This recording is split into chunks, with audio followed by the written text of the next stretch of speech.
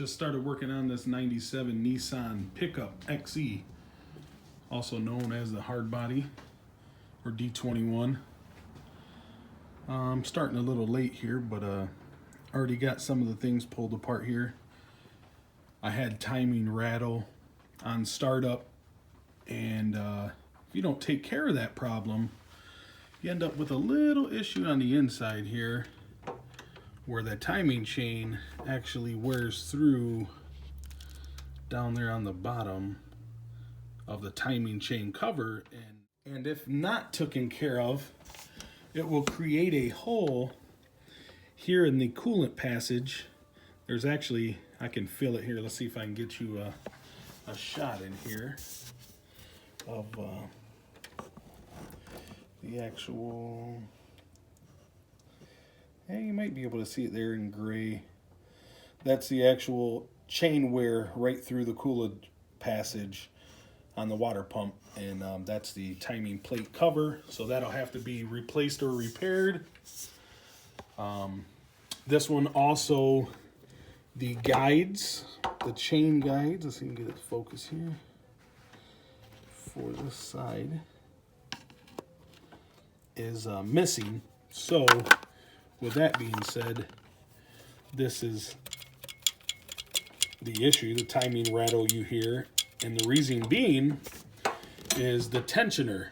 So as you can see, the previous owners of this vehicle did not take care of it. Tons of sludge buildup. We're going to go ahead and rebuild this whole thing. But that tensioner with dirty oil, a little bit of pressure loss, and it's going to loosen the tension. Right there's a tensioner. So it's going to lose the tension, and let's see if we can get a better angle here. So yeah, it's shining right there on the tensioner. And yes, so you can see I can actually push that tensioner in and out.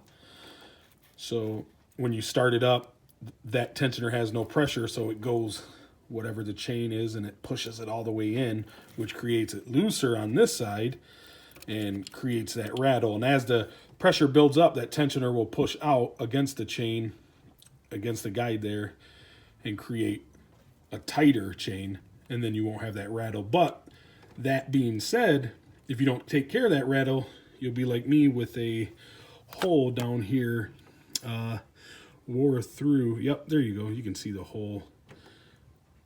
And you can probably also see the screw, the Allen head. Yep, there's one for the guide. There's another one down there. But so the guides were there at some point.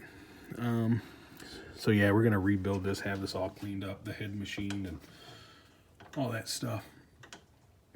So we'll pick up from another clip. Oh, and another thing I did want to add, sometimes you might hear these motors ticking, it comes, it goes, and it's actually, these are also fed by oil pressure.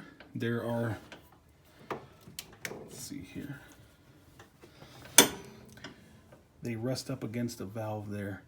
And when they lose pressure, also dirty oil could be the culprit of this.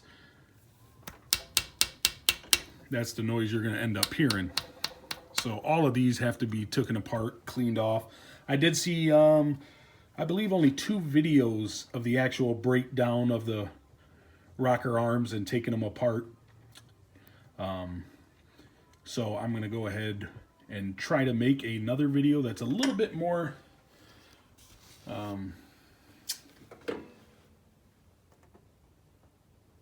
informational about this process, the steps of taking that apart. I just want to get the info out there. I'm no mechanic by trade. I've just been doing this for years, helping people out, and this is my own personal truck, so I get to go ahead and take the big lead here and rebuild this motor. And I'm gonna be trying to upload this daily. That's a strong word, but try to get these videos uploaded and get this information out, and you guys can watch along as we rebuild this. Hopefully I can get some extra hands in here to help me out for a few things.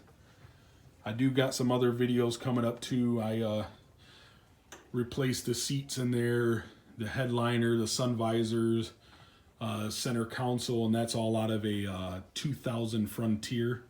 So we'll go ahead and go through that a little bit. Alright guys, so I did just want to show you a little bit about pulling this crank off. I know a lot of guys are using pry bars and all that good stuff. So this is the crank bolt. So basically, if you take the washer off, put that in, just a couple threads, and take the 27 millimeter, this is just a Husky brand, just a short one. And I picked up this small puller here from Harbor Freight, of course. This is part of a 3-piece set. This is actually the 3-inch. It was a 3, 4, and 6-inch set. So I went ahead and just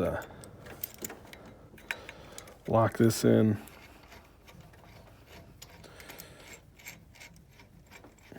Get it all adjusted here.